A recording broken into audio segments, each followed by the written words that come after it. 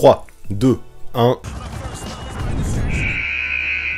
Salut à tous, comment ça va aujourd'hui? Avec l'approche des playoffs, là, moi forcément j'ai le smile, je suis trop content, c'est le meilleur moment de l'année qui approche. Et justement, avant qu'on parle de la vidéo du jour, il faut que je vous annonce quelque chose de super cool. Tous ensemble, avec la NBA, on va faire un concours de prédiction dans lequel il faudra remplir son bracket pour essayer d'avoir le plus de résultats justes possible. En fait, j'ai créé ma ligue, la ligue Le 6ème Homme, dans laquelle vous pouvez tous déjà vous inscrire, il y a le lien dans la description. Et là, votre but, ça va être de m'affronter pour voir si vos prédictions sont meilleures que les miennes. Il y a du challenge un peu, j'aime ça. Et vu qu'on fait les choses bien avec la NBA, il y aura même un bon d'achat de 100 € sur le NBA Store à remporter pour le grand gagnant de la ligue Le 6ème Homme pour ce bracket challenge. Donc go vous inscrire là très vite, histoire de réserver votre place avant que le challenge ne commence. Dès que le play-in tournament sera terminé, c'est-à-dire à partir du 15 avril, vous pourrez commencer à faire vos prédictions là-bas sur cette ligue. Tout sera ensuite modifiable jusqu'au 21, si vous voulez changer d'avis au dernier moment, il n'y a pas de souci avec ça. Mais par contre, l'inscription, go, c'est maintenant. Je vous le répète, les infos sont dans la description, et vu la qualité du lot qui a remporté, ne manquez pas ça. Faites-moi confiance. Mais bref, vu qu'on parle des playoffs, ça va justement être l'heure de vous faire un gros résumé du live qu'on a fait lundi soir sur Twitch, en mode Crystal Ball. L'idée, elle était simple, je vous présentais ma carte de bingo, avec 10 prédictions plus ou moins risquées concernant la post-season. Donc là tout de suite, mon but, ça va être de vous les présenter, et vous, votre but, ça va être de prédire combien je vais en avoir de juste et combien je vais en avoir de fautes. Alors on ne perd pas plus de temps, et c'est parti. Voici mon bingo pour les NBA Playoffs 2022. Aujourd'hui, du coup, je teste un tout nouveau concept, un truc qui me plaît beaucoup, et je vous avoue, j'ai rien inventé, parce que ce concept, je l'ai pris à 2 pieds l'eau, un youtubeur Formule 1 que j'apprécie particulièrement, je sais pas si vous suivez la F1 et si vous le connaissez, mais il fait du très bon taf, et justement, là, il y a la saison de Formule 1 qui a commencé il y a pas longtemps, il a fait son bingo de la saison en Formule 1, et je me suis dit que ce serait super bien de faire la même chose pour ses playoffs, en faisant mes prédictions en mode bingo, vous allez vite comprendre. Donc je vais vous faire toutes, il y en aura 10 des prédictions, il va y avoir des choses risquées, des choses un peu moins risquées, j'ai essayé de varier, mais au moins je me suis mouillé, parce que c'était le but. Donc c'est donc toutes ces prédictions que je vais vous présenter aujourd'hui, et à chaque fois je vais vous demander, à la fin de chaque prédiction, si selon vous ça va arriver ou pas. Je vais pas vous demander si ça peut arriver, je vais vraiment vous demander si ça va arriver. Et ça, c'est important comme nuance. Ça permettra de voir si, à votre avis, j'ai pris de vrais risques ou pas, et si, selon vous, on va faire carton plein avec ce bingo. Bon, spoiler, il n'y a aucune chance que je fasse carton plein. N'empêche, ça va être rigolo, et les votes, je vais vous demander de les faire sérieusement, parce que ça se peut bien, même si c'est à confirmer encore, qu'on mette en place un nouveau concours bientôt pour récompenser ceux qui, ou en tout cas un de ceux plutôt, qui évaluera bien le nombre de prédictions justes que j'ai eues. Je promets rien encore, je bosse dessus actuellement, ça se peut encore qu'il y ait un lot sympathique à gagner. Pour suivre ça, le seul moyen, ce sera d'être connecté sur les réseaux les prochains jours, notamment Instagram, j'essaierai de faire toutes les annonces là-bas. Encore une fois, rien de promis, mais si on peut faire un jeu là-dessus, celui qui arrive à savoir exactement le nombre de prédictions justes que j'ai faites qui gagne un lot, ben moi je trouve ça cool. Donc voilà, moi je vais essayer aujourd'hui de toutes vous les présenter, ces prédictions, d'essayer de vous convaincre qu'elles vont prendre place, évidemment, donc attention à pas vous faire piéger, parce que c'est clairement mon but, d'essayer de vous faire capter que ouais, il y a bien une chance que ça arrive, et si je les ai mises dans mon bingo, c'est pas un hasard, et quoi qu'il en soit, moi je trouve ça vraiment rigolo, je trouve ça, j'ai hâte de vous présenter ce concept, parce qu'il me hype particulièrement, je trouve bien fun, et on va partir là tout de suite, un peu en mode fête foraine, avec mon bingo spécial playoff. Prédiction numéro 1. Alors, première prédiction, les Sixers vont perdre un match après avoir mené de 20 points ou plus. Celle-là, pour commencer, elle peut paraître sévère au premier coup d'œil, et ce serait une vraie faute professionnelle de la part des Sixers de faire ça en play-off. Le truc, c'est que jusque-là, dans l'exécution offensive, les Sixers ne m'apportent que très peu de certitude. Dernièrement, face aux grosses équipes, il suffit de regarder, et même face aux équipes moyennes parfois, c'est souvent qu'ils prennent pas mal d'avance, et hop, en quelques minutes, tout s'envole. Après, j'ose espérer aussi, parce que pour moi, il y a une part de responsabilité pour le coach, que Doc Rivers ne fera pas les mêmes rotations qui sont déjà prévues à l'avance en play-off. Là, on a l'impression que peu importe le cours du match, il fera la même chose, il regarde sa montre, il dit hop, ça y est, c'est l'heure de faire rentrer toi et toi, et à chaque match, il ferait pareil. Donc bien sûr, je schématise, je grossis le trait exprès, mais je trouve qu'il y a un peu de ça dans les rotations de Doc Rivers. En fait, il attend 7 minutes à la fin du 4e quart pour faire revenir les titulaires, quel que soit le schéma du match, et je trouve que c'est pas ouf, et c'est aussi pour ça qu'on a vu les Sixers galérer et se faire remonter certaines avances. Maintenant, pour aller plus loin, je trouve toujours le jeu offensif des Sixers, il est assez stéréotypé. Le but est assez simple, essayer de servir Joel Embiid au poste, placer 4 autres joueurs derrière la ligne à 3 points, et voir si Embiid peut scorer ou peut ressortir la balle. Alors après, quand Embiid domine, met ses points, ou que les shooters marquent quand il ressort dessus, ça va très bien, mais mais ça peut pas durer tout le long d'un match. Et parfois, il suffit, parce que l'autre aspect du jeu offensif des Sixers, et ça tout le monde s'y attendait, et toutes les défenses s'y attendent, c'est le pick and roll James Harden-Embiid. Donc James Harden commence à dribbler, il lève la tête, on voit qu'il commence à regarder Joel vient poser son écran, et ça c'est prévisible à 1000%. Bon, Harden, c'est vrai que c'est un expert dans le pick and roll, et ça marche souvent, mais c'est pas comme ça que ça apportera de l'imprévisibilité, et je trouve que ce jeu des Sixers en attaque, moi, il pose question. Et parfois, et ça on l'a vu aussi récemment, il suffit de mettre un petit peu la pression sur Harden, de couper la rampe de lancement de l'attaque de ces Sixers, et l'équipe se retrouve en difficulté. Moi, perso, ça m'inquiète. Dans ces moments, je trouve qu'il n'y a que Tyrese Maxey qui apporte quelque chose de différent, qui apporte le danger, qui peut mettre quelques shoots, et justement partir un peu en freestyle et jouer à l'instinct, je trouve que ça manque un peu, mais lui c'est pareil, il est jeune, c'est qu'un sophomore, et encore faut-il qu'il soit chaud, il est pas chaud à tous les matchs. Et le souci en plus, c'est que dans le Money Time, avec ce jeu stéréotypé, je trouve, et ça je l'ai déjà dit dans le début de mon argumentaire, les Sixers ont beaucoup de mal dans la propreté et dans l'exécution. Plusieurs fois, ça leur a été fatal. Sur les 10 dernières défaites, il y a 4 fois où ils ont mené de 15 points ou plus, et ils ont perdu, vu que je parle des 10 dernières défaites, et ça leur est arrivé 7 fois de perdre un match après avoir mené de 15 points ou plus dans cette saison. Et dans la NBA, c'est en fait, il n'y a que les Knicks qui ont fait pire. Donc ça montre que les Sixers ont du mal à conserver une avance. Alors ok, ils n'ont jamais laissé échapper un match dernièrement, depuis l'arrivée d'Harden, en tout cas avec un lead de 20 points, comme je le dis dans ma prédiction. Mais en playoff, face aux Sixers, il y aura que des grosses équipes, à commencer par les Raptors, qui, oui, est une grosse équipe, que des joueurs morts de faim, et les Raptors sont souvent morts de faim, et que des joueurs prêts à faire des comebacks. Donc je me dis que cette prédiction, les Sixers qui perdent un match après avoir mené de 20 points ou plus, elle pourrait bien arriver. Alors pour cette prédiction des Sixers, je pensais que j'avais pris pas mal de risques, parce que comme on le disait dans le chat, prendre 20 points d'avance en playoff, déjà, il faut sacrément performer. Cette saison, autant les Sixers se sont déjà fait remonter de 15 points ou plus plusieurs fois, 20 points, c'est pas arrivé dernièrement, comme on le disait aussi tout à l'heure. Pourtant, vous êtes 58% à penser que cette prédiction va arriver, donc on va la cocher en vert, parce que selon vous, c'est une prédiction qui va arriver, vraiment qui va arriver. Moi, je pensais qu'elle était risquée. Perso, c'est pas la prédiction en laquelle je crois le plus, mais si vous êtes chaud là-dessus, on la coche en vert, et pour vous, déjà, je vais marquer un point dans mon bingo, et ça me va, hein, moi, si je marque pas mal de points dans mon bingo. Ça me va un peu moins pour les Sixers, mais ça me va pour ma carte de bingo. Prédiction numéro 2. Ma deuxième prédiction, c'est Kyrie Irving manquera au moins un match pour des raisons personnelles. Alors celle-là, elle a rien à voir directement avec le basket, et c'est un peu une de mes prédictions what the fuck, mais je la trouve rigolote. On connaît tous le caractère imprévisible de Kyrie Irving, on connaît tous les déclats qu'il peut sortir. Parfois, franchement, en conférence de presse ou en interview, le mec me fume, mais il me fume sévère. Il semble en vouloir à la terre entière. Récemment, il parlait de théorie du complot qui l'ont sorti de la liste des 75 pour le refus de se faire vacciner, parce qu'il a tenu jusqu'au bout. Je veux pas juger de ça, hein, c'est son truc, mais attention, si les Nets devaient aller jouer à Toronto, qui sait, pendant ces playoffs, Kyrie pourra pas jouer là-bas, donc il pourra pas passer la frontière, et vu que c'est son choix, hein, de pas être vacciné, ça compterait pour moi comme une raison perso dans mon bingo.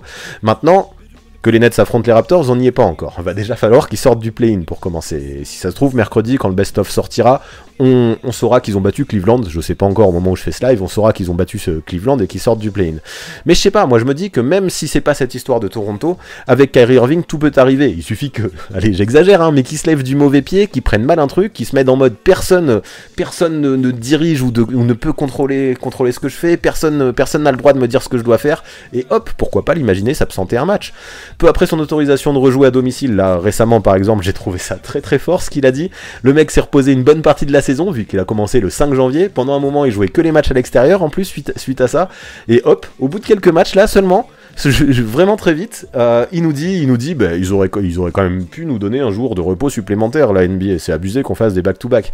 J'ai trouvé ça lunaire, cette déclaration de Kyrie Irving, mais elle m'a quand même fait marrer. Du coup, en connaissant le personnage, moi je fais cette prédiction.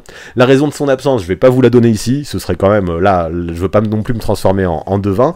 C'est pas forcément la prédiction dont je suis le plus sûr, sauf évidemment si les Nets tombent contre les Raptors, mais je pars là-dessus. Kyrie Irving manquera au moins un match en playoff pour des raisons perso. Il a été... qu'est-ce que je voulais dire ? Oui, il était en train de monter en puissance. Dernièrement. Il pratique un très bon basket, mine de rien, même s'il a eu quelques crises d'adresse. Peut-être que s'il est très utile, ça n'arrivera pas. Peut-être que s'il se rend compte aussi qu'il est excellent, ça n'arrivera pas.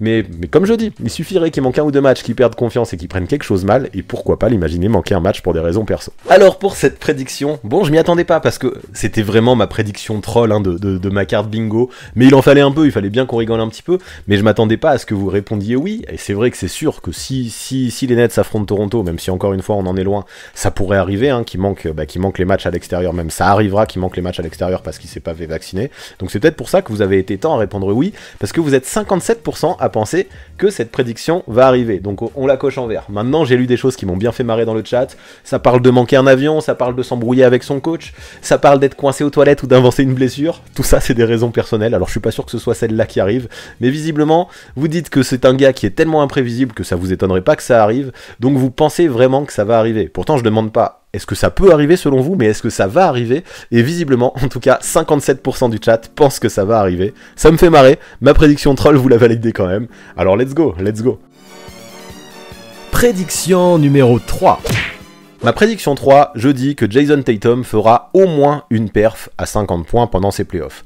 Parce que s'il y a un joueur dont j'attends pas mal pendant ses playoffs, c'est bien Jason Tatum. En vrai, j'ai l'impression qu'il a réellement connu 2 saisons. Jusqu'en 2022, jusqu'en janvier quoi, à peu près. Je l'ai trouvé un peu en mode forceur. Le mec insistait beaucoup sur l'ISO, comme s'il voulait prouver des choses, mais prouver des choses tout seul. Et c'est un peu dommage dans une équipe comme les Celtics. Le mec nous a fait un mois de novembre à moins de 40% au tir, c'était assez violent. C'est un joueur qui vaut vraiment mieux que ça. Vraiment mieux que ça. Et justement, il a réussi à prouver que c'était un joueur qui valait mieux que ça par la suite, comme s'il avait eu une sorte de déclic. Il a beaucoup plus laissé le jeu venir à lui, en jouant en basket avec les autres, de manière bien plus naturelle, en profitant de la circulation de balles de Ime Udoka, en insistant moins sur le jeu en ISO, et il a fini par réussir à trouver son rythme. Et quel rythme sur le mois de mars, pour vous rendre compte, il tournait à 33 points par match, à 54% au tir. Ça, c'est quand même des chiffres qui sont assez gigantesques, tout en étant le leader de l'équipe la plus victorieuse de la NBA post-All-Star Break. Il y a pas mal de gens qui disent qu'il faut qu'il soit dans la discussion pour le MVP. Moi, je pense que son début de saison le handicape un peu trop pour ça, mais sur sa deuxième partie de saison, clairement. Après, avec lui, les Seas, ils ont fait une remontée fantastique sur cette deuxième partie de saison, un comeback fabuleux, jusqu'à se classer dans les tout premiers échelons de la conférence Est. Cette saison, en 75 matchs, il a fait que 2 fois 50 points, donc une fois face aux Nets, une fois face aux Wizards. En gros, il fait ça une fois tous les 35-40 matchs. En termes de pourcentage, c'est assez faible. Là, en playoff, même si tu fais que des séries de 7 matchs, tu joues au maximum 28 rencontres. Donc selon les maths, ma prédiction s'avère peu probable, vu que je dis ça arrive chez Tatum tous les 35-40 matchs, et là on va avoir 28 matchs grand max en playoff. Cependant, le Jason Tatum, on le connaît, les grands moments et les gros adversaires, il aime ça, et les playoffs, c'est la scène où il peut clairement prendre feu. L'an dernier d'ailleurs, il nous l'a fait son match à 50 points face à Brooklyn. C'était son seul en carrière en playoff, il en a fait qu'un seul match en playoff à 50 points, c'était l'an dernier, et vu que j'ai l'impression que cette saison on a un Tatum encore plus fort, qui joue plus juste, qui est plus motivé, et que Boston est attendu très haut, et ben je me dis que cette saison en 2022, il va nous refaire une perf de la sorte. Il a été élu 3 fois joueur de la semaine dernièrement, ça souligne sa montée en puissance. Alors justement, ouais, je reviens à ma prédiction, et je dis, cette saison, il va nous refaire un match à 50 points ou plus, le Jason Tatum. Pour cette prédiction numéro 3, qui me semblait visiblement assez probable, parce qu'encore une fois, au moment du live, on ne sait pas contre qui Boston jouera en playoff. Il y a les tendances qui disent que ça peut être contre Brooklyn. Contre Brooklyn, plusieurs fois, on a un Tatum qui a pris feu. Donc pour moi, c'était presque la plus probable des 3, et pourtant, celle-là, vous êtes 51% à penser, c'était très serré, hein, 51% à penser que ça va pas arriver, 49% à penser que ça va arriver. Donc pour la première fois, on met une croix, parce que pour pas mal de gens dans le chat, 50 points, ça paraît bien trop haut pour Jason Tatum. Moi, pas forcément, vu qu'il l'a déjà fait en playoff, vu qu'il l'a fait 2 fois cette saison. Maintenant, va falloir qu'il le refasse quand la défense se forcera aussi en playoff, donc évidemment, ce sera compliqué. Donc vous, globalement, même si c'est très serré, vous n'y croyez pas, on met la première croix rouge de ce bingo. Pour l'instant, on est à 2 sur 3. Prédiction numéro 4. Ma prédiction numéro 4, c'est que je dis que 5 fois pendant ces playoffs, on aura 2 joueurs à 40 points ou plus dans un même match. Alors cette prédiction, c'est vrai qu'elle est floue, parce que je dis pas que ça va forcément être 2 adversaires, ça peut aussi être 2 coéquipiers. Je dis juste qu'on aura dans un match, 5 fois dans un même match, 2 joueurs à 40 points ou plus. Donc ouais, si c'est 2 coéquipiers, ça compte, mais moi c'est pas là-dessus que je parierai le plus. Moi j'imagine que ce sera plutôt 2 adversaires à chaque fois. Parce que ce qui me plaît souvent en playoff, c'est que c'est là que les rivalités se créent, c'est le moment où on prend les choses personnellement, et on essaye de prendre vraiment les matchs à son compte. C'est juste la période de l'année où on assiste aux plus beaux duels, et vu que les séries se déroulent au meilleur des 7 matchs, tes adversaires au bout d'un moment tu commences à les connaître, et t'as envie de leur remettre dans les dents leur performance du match précédent et ce qu'ils t'ont mis dans les dents le match d'avant. Et c'est ce qu'on aime justement dans ces playoffs, en tout cas moi c'est ce que j'aime, cette intensité. L'an dernier, c'est arrivé 4 fois lors des playoffs qu'on ait 2 joueurs à 40 points ou plus dans le même match. On a eu Booker et Middleton en finale, on a eu ça au deuxième tour aussi entre Giannis Antetokounmpo Antetokounmpo et Kevin Durant, et on a eu aussi 2 fois ça au premier tour, une fois Tatum et Harden et une fois Tatum et Durant. Donc 4 fois en tout sur les playoffs, c'était déjà un super score. Voir que c'est arrivé 4 fois l'an dernier, c'est déjà énorme. Et cette saison, moi j'ai envie d'aller encore plus loin. Je vais prédire que ça va avoir lieu une fois de plus. Je dis que ça va arriver 5 fois dans tous les playoffs. J'ai l'impression qu'en NBA, on n'a jamais connu autant de gros cartons que dernièrement. Offensivement, on a des teams et des gars qui peuvent vraiment prendre feu. Et déjà au premier tour, on va avoir pas mal de duels qui sentent la poudre. Dans la série qui aura potentiellement lieu, non même qui va avoir lieu, maintenant on le sait, entre les Mavs et le Jazz par exemple. Je vois bien Luka Doncic, s'il veut bien être remis de sa blessure, ça vraiment j'espère que c'est pas grave et qu'il pourra jouer. Mais je vois bien Luka Doncic et Donovan Mitchell se lancer dans un duel phénoménal et au moins cocher une fois cette case de faire un match à 40 points ou plus pour deux adversaires, en tout cas 2 joueurs dans le même match. Parce que voilà, on le sait bien, que ce soit Luka Doncic et Donovan Mitchell, c'est leur moment, la post-season. Les perfs au scoring de Doncic en playoff, on les connaît. Le duel Mitchell-Jamal Murray dans la bulle, tout le monde s'en rappelle. Donc ça peut arriver dans ce match-là. Là, je vais pas non plus prédire dans quel match ça va arriver, mais je pense qu'on a plusieurs moments où ça pourrait arriver. Là, je pense aussi, pareil, au premier tour qui va avoir lieu entre Denver et Golden State. Un Jokic, ça peut clairement mettre plus de 40 points. Et en face, chez les Warriors, un Curry, un Klay Thompson, ça peut mettre 40 points aussi. Donc voilà, je sais pas. Ça va arriver, c'est sûr, une fois ou deux, ça c'est sûr et certain. Mais moi, j'ai décidé d'aller haut, j'ai décidé d'être optimiste, et je dis que ça va arriver 5 fois. Elle est là, ma prédiction. 5 fois, 2 mecs à 40 points ou plus dans le même match. Et je le dis encore, pour que ça se réalise, là, en tout cas, si ça doit arriver au premier tour, je mets une petite piécette sur la série entre les Mavs et le Jazz, et une petite piécette sur la série entre les Nuggets et les Warriors. Alors, pour cette prédiction, la plupart d'entre vous, en tout cas, c'était assez serré, parce qu'on a 58% qui pensent que ça n'arrivera pas, et 42% qui disent que ça va arriver. Et je comprends de toute façon les deux arguments, parce que c'est le but de faire des prédictions qui sont incertaines dans ce live spécial bingo des playoffs. Ceux qui disaient non disaient que 5 fois c'était quand même beaucoup trop, d'autant plus en playoff quand les défenses se resserrent, et qu'on a déjà eu beaucoup de chance de pouvoir assister à ça 4 fois la saison passée, et ce sera difficile de faire mieux, de le faire une fois de plus cette saison. Et tout ça je vous comprends, je vous comprends. C'est vrai que les défenses se resserrent souvent en playoff, et ce sera beaucoup plus dur de dépasser les 40 points pour 2 joueurs dans une même rencontre. Tout ça, c'est sûr. Par contre, je l'ai vu aussi dans le chat, il y a des optimistes. Il y en a même qui disent que ça va arriver 5 fois du côté de Kyrie et Kevin Durant. Faudra voir. Mais en tout cas, avec les gros noms qu'on a, je peux comprendre que ce soit plutôt improbable, je peux comprendre qu'en majorité vous ayez voté non, mais quand on voit qu'on a du Jokic, du Doncic, du Mitchell, du Embiid, du qui vous voulez, même du Siakam qui peut mettre 40 points, et je vais arrêter d'en citer parce que je vais en oublier plein, j'ai même pas dit Tatum, Durant, même Harden, on sait jamais s'il retrouve son adresse, on a quand même tout plein de gros talents et de gros noms, donc pourquoi pas, en tout cas c'était serré, ça montre que c'est une prédiction incertaine, mais je mets une croix pour cette prédiction là, on est à 2-2. Prédiction numéro 5. Prédiction numéro 5. Ja Morant, pendant ses playoffs, mettra un game winner. Alors je parlais de Tatum que j'attendais fort, et Ja Morant aussi, lui je l'attends fort, et j'ai vraiment envie qu'il me fasse rêver. Je pense déjà qu'il va faire de gros cartons, parce que l'an dernier en playoffs, même si les Grizzlies se sont fait éliminer en 5 matchs par le Jazz, on a un Ja Morant qui a tourné à 30 points de moyenne, avec même une pointe à plus de 47 de mémoire je crois, donc un Ja Morant qui était énorme. En plus de ça, il sortait d'un play-in de fou furieux face aux Warriors, donc j'ai pas voulu miser sur une grosse perf au scoring de Ja Morant, parce que ça, je me dis que ça va arriver, et surtout que là, ce que j'aime chez Ja Morant, c'est qu'en 2022, il a pris un tout autre statut à Memphis. Le mec a fait rêver tout le monde toute l'année, sauf que lui-même l'a dit, une saison réussie, c'est bien, mais ça sert à rien si c'est pour se faire éliminer en playoff rapidement ensuite. Et justement, c'est là que je veux le voir, le Ja Morant, sur la plus grande scène du basket au monde. Alors, comme je dis, j'ai pas voulu parier sur un carton pour lui, parce que je suis persuadé que ça va arriver. Par contre, je me dis que vu son caractère, il est typiquement le genre de mec qui va tout donner, qui va laisser ses tripes sur le parquet, et qui, dans les matchs serrés, aura les burnes de prendre ses responsabilités. Voilà pourquoi, même si je sais pas combien de tours il va passer, combien de matchs il va jouer, mais voilà pourquoi, déjà je sais même pas si Memphis va gagner un match, quand même, au vu de leur classement, ils sont 2e à l'ouest, je pense qu'ils vont gagner des matchs, mais déjà, Ja Morant qui met un game winner, ça implique que Memphis gagne au moins un match. Donc je dis pas un buzzer beater, je dis pas, moi si c'est à 4 secondes de la fin, ça me convient.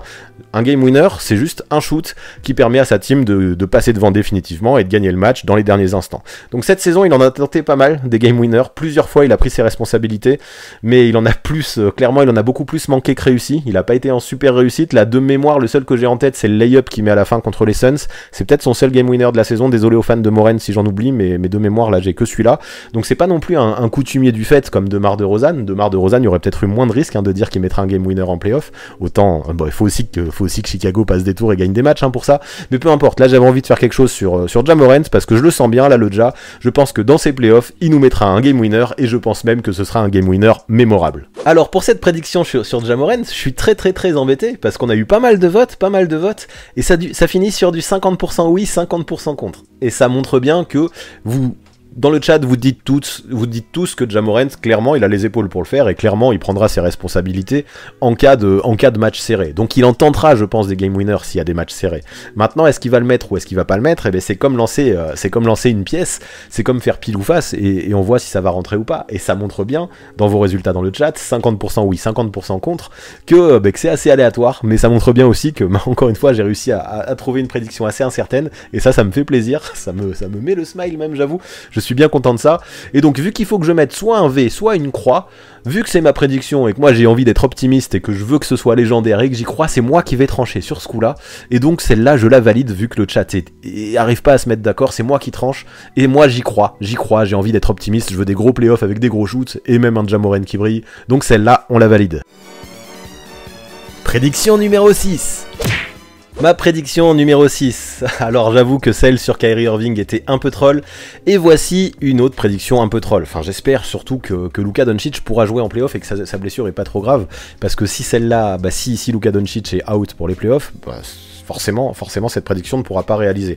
Au moment où sortira le best-of mercredi, il y aura plus d'infos là-dessus, mais pour l'instant lundi soir on connaît pas du tout la gravité de sa blessure. Donc ouais, après avec cette prédiction, moi j'ai voulu un petit peu varier, je voulais pas parler que de grosses perfs au scoring ou de gros shoots, donc celle-là elle concerne une toute autre stat, celle des fautes techniques. Et là, cette saison, dans le domaine, on a un Luka Doncic qui a été particulièrement performant parce que cette saison il était particulièrement nerveux. Dans la ligue cette saison, il est celui qui en a pris le plus, alors avec 15 officiellement, mais 17 en vrai il me semble, mais 15 officiellement, il y en a 2 qui lui ont été enlevé. C'est un gars qui est super talentueux, un mec qui fait tout sur le terrain et qui en playoff, là j'en parlais tout à l'heure dans mes perfs à 40 points ou plus dans le même match, qui augmente constamment son niveau de jeu, mais c'est aussi un vrai râleur, Luka Doncic, un vrai râleur, un mec qui hésite pas à courir vers l'arbitre quand il pense qu'il y a une erreur, à être plutôt agressif même dans ses propos, et ça lui a joué pas mal de tours cette saison. Il a même frôlé la suspension dernièrement pour sa 16e faute technique, et la NBA a été très cool parce qu'elle lui a enlevé. Et comme je dis, il me semble que c'est la deuxième fois cette saison que ça a lieu, donc il est passé vraiment à un cheveu d'être suspendu. Maintenant, même s'il a fini par craquer, j'ai trouvé que sur la deuxième partie de la saison, il a su un petit peu se calmer quand ça commençait à lui pendre au nez. Il en a moins pris sur cette deuxième partie de saison. Et en fait, j'ai entendu une anecdote qui m'a bien fait marrer, et c'est pour ça aussi que je suis parti sur cette prédiction, ça me permettait de livrer cette anecdote, dans le podcast de JJ Redick. Apparemment, désormais, quand il sent que ça chauffe, quand il sent qu'il devient tout rouge et que ça bouillonne, qu'il va dérailler, et bien, même pas dans sa tête, il disait à voix basse, il se chante une petite chanson. Luka, il est comme ça, et apparemment ça le calme. Mais on le voit, c'est dur de définitivement chasser le naturel, parce que mine de rien, malgré sa petite chanson, il y a 2-3 fois il est allé voir les arbitres de façon assez agressive. Et puis en play-off, quand l'intensité montera, quand chaque coup de sifflet comptera, notamment dans les fins de match qui seront serrés, est-ce que cette petite chanson elle suffira? Pas sûr. Bon, après je suis sévère parce que jusque là il a fait en sorte de jamais la prendre, la deuxième technique, en un match cette saison. Il s'est jamais fait expulser. Généralement après sa première faute technique il sait se calmer. Parce que mine de rien, c'est un joueur intelligent, Luka. C'est un compétiteur qui fera tout pour pas être expulsé et qui fera tout justement pour jouer les fins de match.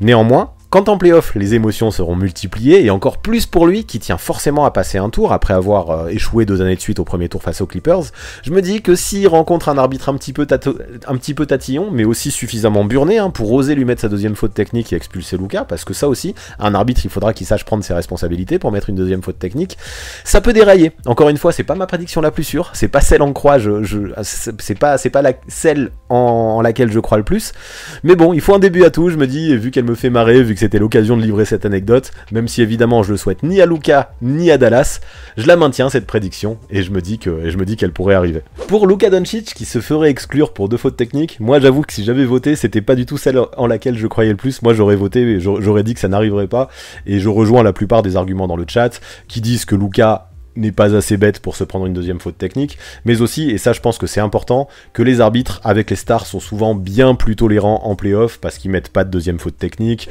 sur les superstars, hein, je rappelle, ou même une 6ème faute, des fois une 6ème faute un petit peu tendancieuse, ils évitent parfois, les arbitres, je sais pas s'ils ont des consignes ou quoi, mais ils évitent d'exclure les superstars. Maintenant, il y a quand même eu 29% de oui, malgré les 71% de non, donc ça y est, déjà on va la cocher avec une croix. Il y a quand même eu 29% de oui, parce que vous trouvez, et ça c'est une vérité, qu'on a un Luka Doncic qui est sanguin, et dans une série au premier tour face au Jazz, on connaît la rivalité qui est entre les deux joueurs, on a déjà vu Luka Doncic et Rudy Gobert se chamailler un peu, et bien les 21% de oui croient en ça et pensent que ça pourrait arriver, notamment face au Jazz. Donc on verra, moi je pense que j'aurais voté non aussi, mais c'était cool d'en parler en tout cas. Prédiction numéro 7. Ma prédiction numéro 7, c'est Joel Embiid fera un match à moins de 15 points. Alors celle-là, c'est pas la plus probable non plus, parce que je parle quand même avec Joel Embiid du meilleur scoreur de la saison. Et là, je dis qu'il va faire un match à moins de 15 points alors qu'il a tourné à plus de 30 points sur la saison, c'est un peu what the fuck, je l'avoue. Cette saison, ça lui est arrivé que 2 fois de passer sous la barre des 15 points, et la dernière fois, ça remonte au 1er décembre. Ça date quand même, hein, ça date le 1er décembre. En fait, c'est arrivé avant qu'il monte vraiment en puissance et explose tout avant de devenir un candidat pour potentiellement le trophée de MVP, et avant qu'il finisse meilleur scoreur de la saison. Toutefois, comme on l'a dit tout à l'heure, j'ai de vraies interrogations sur l'attaque des Sixers, et notamment leur façon de faire circuler la balle. On le sait, souvent en play-off, les défenses se resserrent, et je pense que Toronto au premier tour va vraiment resserrer sa défense face aux Sixers, hein, je pense que c'est leur meilleure façon de passer un tour, et il y a force à parier de toute façon, que ce soit les Raptors ou non, que tous les adversaires aient un plan anti-Joel. Alors je le cache pas, ça va être dur de le tenir à moins de 15 points, faudra éviter de faire trop de fautes notamment, et ça c'est pas gagné vu qu'il est le joueur qui tire le plus de lancers francs par match en NBA. Cependant, quand on regarde Joel Embiid jouer, on se rend compte d'une chose, c'est que souvent quand la raquette est trop fermée, ou qu'il reçoit trop de prises à deux et il n'arrive pas à obtenir la balle, il a tendance à s'écarter, et il passe beaucoup de temps au périmètre. Donc quand il met ses shoots de loin, et heureusement il est pas trop maladroit, ça passe, mais quand il les met pas, parce que c'est pas non plus un sniper d'élite, malgré ses vraies qualités à longue distance, ça passe un peu moins, et quand il se frustre, et qu'il passe son temps au périmètre, il peut aussi envoyer de vrais saucissons pas très réfléchis, hein, derrière la ligne à 3 points. Alors attention, si une situation comme ça se présente, Joel Embiid pourrait être choqué. Maintenant, attention aussi, on entend souvent dire que le niveau du Camerounais se désagrège complètement en play-off, ce qui pourrait aller dans le sens que cette prédiction va se réaliser, mais l'an dernier, il a quand même tourné à 28 points par match en play-off, et 30 points l'année d'avant. En 2021, là, sur les derniers play-offs, son plus mauvais match de la post-season, c'était 17 points. Je compte pas 17 points, ouais, à moins de compter sa perf à 11 points, mais vu qu'il avait joué 8 minutes ce jour-là face aux Wizards parce qu'il s'était blessé, moi je la compte pas. Donc pour moi, sa plus mauvaise perf de l'an dernier en playoff, c'était 17 points. Donc moins de 15 points, ça paraît quand même peu probable pour le pivot, qui en plus joue probablement le meilleur basket de sa carrière actuellement. Par contre, je dis que c'est peu probable, mais c'est peut-être pas non plus impossible. Alors je me dis, allez, vas-y, on continue, let's go pour cette prédiction, même si j'y crois pas trop, pourquoi ne pas la tenter? Pour Joel Embiid, vous êtes 68% à dire que ça ne va pas arriver, donc on met directement la croix, parce que vous dites qu'il est beaucoup trop dominant, qu'il y a très peu de pivots qui peuvent l'arrêter, que rien qu'avec les lancers francs il peut les mettre, c'est 15 points, ce qui est pas totalement faux non plus, et je comprends tout à fait tous ceux qui ont répondu non. Moi aussi je pense que j'aurais voté non si j'avais eu à voter. Cependant il y en a quand même 32% qui ont voté oui, en disant que effectivement les défenses collectives comme celle des Raptors, ou potentiellement contre celle du Heat, si les Sixers devaient affronter Miami au deuxième tour, peuvent vraiment bétonner la raquette, et mettre en difficulté un Joel Embiid qui pourrait passer à côté de son match. Bon, on a eu quelques trolls qui disaient il est pas à l'abri de choper la gastro au bout de 10 minutes et de faire un match à moins de 15 points parce qu'il reviendra pas. C'est vrai, ça pourrait arriver, sait-on jamais. Quoi qu'il en soit, vous n'y croyez pas celle-là, et pour l'instant, sur les 7 prédictions qu'on a faites, c'est une des moins indécises. Les deux dernières faisaient partie des moins indécises, et pour l'instant, on est à 3 validées et 4 qui ne sont pas validées par vous. Prédiction numéro 8. Ma prédiction numéro 8, c'est que Klay Thompson mettra au moins 9 triples dans un seul et même match de playoff. Alors samedi, vous l'avez vu, j'ai sorti une vidéo sur Klay Thompson. Je dis pas que c'est l'occasion d'en faire ma pub, mais pourquoi pas un petit peu. La vidéo c'était est-ce qu'on peut revoir le vintage Klay en playoff. Il y a des arguments pour, il y a des arguments contre, je vous invite à checker si ça vous intéresse. Mais ce qui est sûr, c'est que même si jusque-là il était irrégulier, il nous a fait quand même quelques jolies perfs dernièrement. Il a mis 8 3 points face au Jazz, il a mis 8 3 points face aux Bucks, il en a mis 9 face aux Hawks aussi dernièrement, même si les Warriors avaient perdu. Il a mis 41 points pour le dernier match de la saison. Tout ça, ça montre qu'on a quand même un Klay Thompson qui remonte en puissance. Mais le souci, et ça on l'a dit juste avant, c'est qu'en playoff, les défenses sont plus du tout les mêmes. Et quand il a mis ses 9-3 points face aux Hawks, il avait tout de même joué 40 minutes. Donc ça, pas sûr que ça arrive souvent en playoff qu'il joue autant. D'autant plus si les Warriors sont au complet d'ailleurs, j'ai envie de dire, parce qu'avec des Warriors au complet, il y a peut-être moins besoin d'utiliser Klay Thompson. Mais je me dis aussi que on peut voir les choses de l'autre côté, on peut voir le revers de la médaille en plus, parce que si on a Stephen Curry et Draymond Green qui sont aux côtés de Klay Thompson, des coups de chaud, ils pourraient en avoir, avec un Draymond Green qui pourrait distribuer la balle comme il faut, avec un Stephen Curry qui peut attirer les défenses, il pourrait avoir des positions, le Klay Thompson. Alors planter 9 triples dans un seul et même match, je me dis pourquoi pas. Lui déjà, il détient le record de 3 points marqués sur un match de playoff avec 11.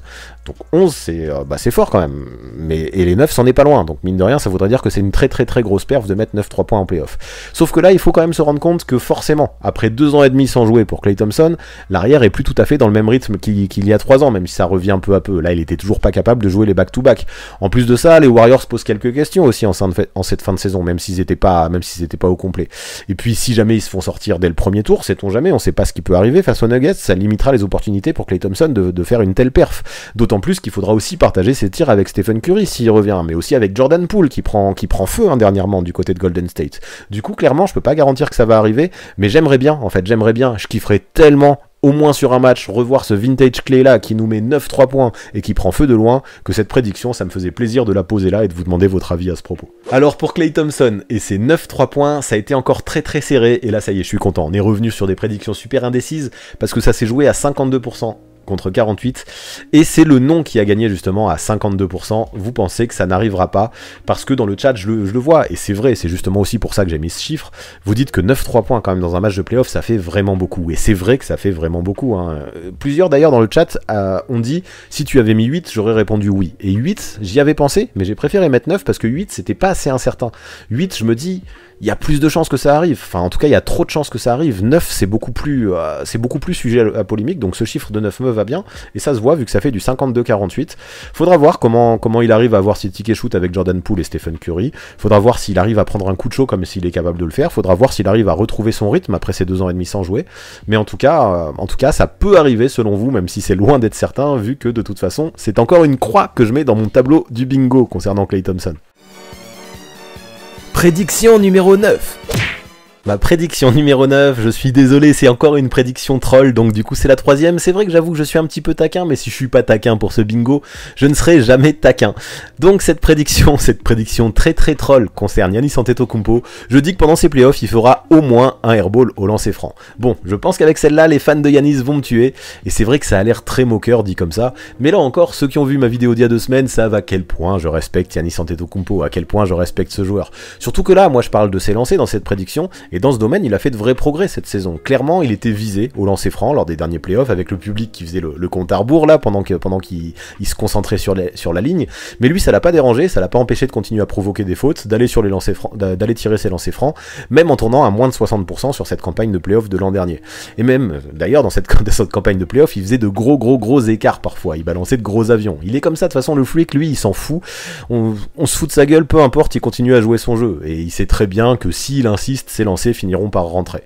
Bon, maintenant, comme je le disais, Giannis c'est plus le même au lancer franc, sa mécanique a bien évolué, il a l'air bien plus confiant cette saison, et pour la première fois depuis 3 ans, sur la saison régulière, il a tourné à plus de 70%, tout ça c'est bien, donc pas dit qu'il choque autant pour cette édition de playoff, ça c'est sûr et certain.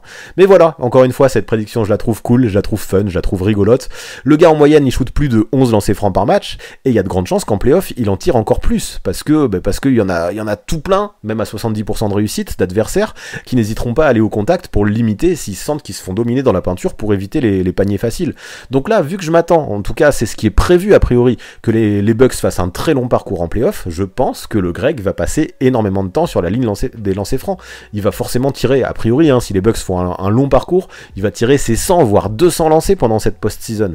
Et il va en rater, je sais pas, 50, 60 peut-être. Donc je me dis que parmi cette quantité, on pourrait au moins voir un petit airball. Alors évidemment, je lui souhaite pas, mais au final, peu importe, parce que tu fasses un airball ou que tu fasses une gamelle, le résultat est le même, ça compte 0 points. Donc let's go, Giannis qui nous balance au moins un vieux saucisson au lancer franc. Je mets cette prédiction, histoire que ce bingo soit un peu plus fun, et on va voir si vous le validez ou pas. Concernant Giannis Antetokounmpo qui va faire un airball, visiblement vous êtes encore plus des trolls que moi dans le chat, parce que vous êtes 61% à dire que ça va arriver. Moi je me pensais méchant, mais vous l'êtes encore plus que moi, vous aussi vous êtes taquin, et c'est le live où justement on peut se permettre de troller un peu et d'être taquin. Donc vous êtes 61% à dire que oui ça va arriver, peut-être qu'il va faire un LeBron où il ferme ses yeux et il va balancer le ballon n'importe comment, effectivement. Faudra voir, après c'est sûr qu'il est bien plus fiable hein, cette saison sur la ligne, mais allez, un petit airball juste pour valider mon bingo, je trouverais ça rigolo. Donc même si j'ai énormément de respect pour Giannis Antetokounmpo, je vais presque souhaiter son airball pour valider un peu plus mon bingo. Prédiction numéro 10. Ma 10e et dernière prédiction, c'est une prédiction plus globale parce que je dis qu'une équipe de l'Est sera championne. Donc celle-là, on ne pourra vraiment la vérifier qu'à la fin des playoffs. Donc ouais, une équipe de l'Est qui remportera le titre. En gros, c'est ni la plus risquée, ni la plus sûre. Je me dis que grosso modo, il y a une chance sur deux, peut-être un peu moins, parce que c'est vrai que si on regarde la saison des Suns, ils paraissent les grands favoris. Ils sont d'ailleurs et de loin les larges favoris hein, à Las Vegas parmi les bookmakers. Et par contre, on le sait, miser sur les favoris, ça marche pas toujours, parce que sinon les bookmakers, justement, ils feraient potentiellement faillite. Et là, je me dis que à l'Ouest, si les Suns n'y arrivent pas, c'est assez incertain, mis à part les Warriors peut-être, qui peut aller en finale NBA, qui peut aller en finale NBA. Il peut y avoir des surprises, hein, il peut y avoir les Grizzlies, il peut y avoir les Mavs, il peut y avoir le Jazz, il peut y avoir les Nuggets, enfin je vais pas lister toutes les équipes, mais je trouve que à l'Ouest, on a vraiment une équipe qui est favorite, c'est les Suns, et derrière eux, on sait pas trop, en tout cas c'est un petit peu plus le flou, alors que à l'Est, on a pas mal d'équipes, mine de rien, qui peuvent envoyer du bois. Donc on a les Bucks, qui pour moi avec les Suns sont les grands favoris hein, pour aller jusqu'au bout, ou au moins jusqu'en finale, mais derrière eux, on a le Heat qui a fini premier de sa conférence, on a les Celtics qui ont fini fort, peut-être les Sixers, on sait jamais, enfin vraiment on a du monde, on a pas mal de teams qui peuvent avoir leur mot à dire. Donc je sais pas, à part les Suns, j'y crois moins à une équipe de l'Ouest qui finirait champion.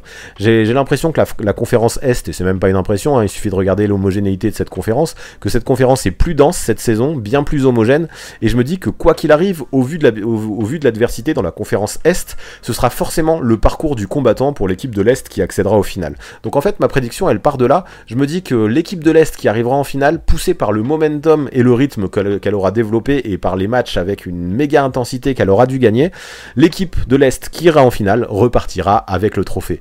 Donc je sais pas encore du tout si ça arrivera, mais j'aime bien parce que c'est indécis et encore une fois de toute façon il faut se mouiller. Donc let's go, c'est ma dernière prédiction, je dis qu'une équipe de l'Est remportera le titre NBA cette saison. Et allez, pour cette dernière prédiction, on va mettre un petit V en vert, parce que dans le chat, je le vois, vos grands favoris, de toute façon, ce sont les Bucks, donc pour vous, bon après c'est du 60-40, hein, 60% qui disent oui, 40% qui disent non, beaucoup qui disent, et effectivement, de toute façon, j'ai l'impression que tout le monde imagine que ce sera une finale Bucks-Suns qui aura lieu encore cette saison, qu'on aura la revanche de l'année dernière. C'est vrai qu'il y a pas mal de voyants au vert pour qu'on puisse arriver là, mais comme je disais tout à l'heure, ce serait trop facile si les favoris gagnaient à chaque fois. Moi, je pense effectivement que ce sont les deux équipes favorites pour aller en finale, mais il peut se passer tellement de choses en play-off, il peut y avoir des blessures, il peut y avoir tellement d'événements qui peuvent faire changer une équipe du tout au tout. Attention à plein d'autres équipes aussi, hein. C'est vrai, les Grizzlies, moi je me dis, ils peuvent faire des choses bien, alors de là aller jusqu'au titre, j'en sais rien. Les Warriors, on sait jamais aussi à l'Ouest, il y a tout plein de teams. En tout cas, j'ai l'impression que les grands favoris dans le chat, ce sont les Bucks, parce que je revois les Bucks sans arrêt, et vous êtes 60% à avoir validé cette prédiction pour nous faire un tableau à 5-5. Épilogue. On va faire un petit bilan du coup de ma carte de bingo, donc on verra pour vous, je vais avoir 5 prédictions justes, donc les 5 prédictions qui vont être justes selon vous, et encore il y en a une, elle était à 50-50, donc c'est celle-là, Ja Morant qui va mettre un game winner, Giannis Antetokounmpo qui fera au moins un airball au lancer franc, pour vous ça va arriver aussi, Kyrie Irving qui manquera au moins un match pour des raisons personnelles, selon vous ça va arriver aussi, une équipe de l'Est qui remportera le titre, ça arrivera aussi, et les Sixers qui perdent un match après avoir mené de 20 points ou plus, ça arrivera aussi. Pour vous c'est les 5 qui vont se réaliser. Par contre vous n'avez pas cru à Joel Embiid qui fera un match à moins de 15 points, vous n'avez pas cru à Luka Doncic qui se fera expulser pour 2 fautes techniques, vous n'avez pas cru à 5 performances avec 2 joueurs à 40 points ou plus dans un seul et même match, celle-là non plus. Tatum, celle-là ça m'étonne un peu, mais Tatum qui fera un match à 50 points, vous n'y croyez pas non plus, et Klay Thompson qui mettra 9 triples dans un même match, vous n'y croyez pas non plus. Donc on arrive sur une grille de bingo avec autant de croix que de V, donc ça montre que c'est quand même une grille de bingo plutôt indécise. On verra bien, moi je vous invite aussi chez vous à essayer de voir combien selon vous je vais marquer de points. Peut-être, je répète, qu'il y aura un concours qui sera fait à partir de ça, je promets rien encore mais on verra bien, et donc quoi qu'il en soit, restez connectés sur les réseaux pour l'annonce de ce potentiel concours, et pareil, activez les notifs sur Twitch, parce que à la fin de ces playoffs, moi je pense que ce qui peut être cool, ce sera de reprendre cette grille de bingo et voir ce qu'on a pu cocher, ce qu'on n'a pas pu cocher, pour voir quel est exactement mon vrai score de ce bingo des playoffs, que j'ai vraiment adoré faire avec vous en live, et je pense que c'est un concept qu'on gardera, parce que je le trouve très très fun, même s'il y a eu quelques prédictions un peu troll, mais elles m'ont fait marrer, et le chat a été très réactif à ça, donc c'était vraiment un kiff ce live. Voilà pour ce qui est de mon bingo des playoffs, voilà pour ce qui est de ce nouveau Crystal Ball. Alors est-ce que ça vous a plu? Combien pensez-vous que je vais pouvoir cocher de cases d'ici la fin des playoffs avec ces 10 prédictions? Dites-moi tout ça en commentaire, ça m'intéresse de connaître vos prédictions à vous et de connaître vos chiffres. D'ailleurs ça reste entre nous, je ne promets rien encore, mais ça se peut qu'on essaye de lancer bientôt un jeu concours à partir de ça. Donc restez connectés, notamment sur les réseaux, notamment sur Instagram, je vous annoncerai tout ça là-bas. En parlant de jeu concours d'ailleurs et de lot à gagner, celui qui est certain, je vous le rappelle, c'est le Bracket Challenge, la ligue Le 6ème homme est déjà ouverte, allez en description, réservez votre place avec le lien que vous trouverez là-bas. Yeah, baby. Et pour finir, vous connaissez les bails, on s'abonne à la chaîne, on active la cloche pour recevoir les notifications, on lâche un maximum de pouces bleus et on rédige ses meilleurs commentaires. Big up en tout cas à tous ceux qui sont restés jusque là dans la vidéo, c'est super important pour la mise en avant et le référencement sur YouTube, et ça, notamment en période de playoff, ça fait forcément du bien. Et merci à tous ceux qui continuent à soutenir, soit en sub sur Twitch, soit en faisant des dons sur Tipeee. Franchement, vous êtes le sang et ça aide énormément. À très vite.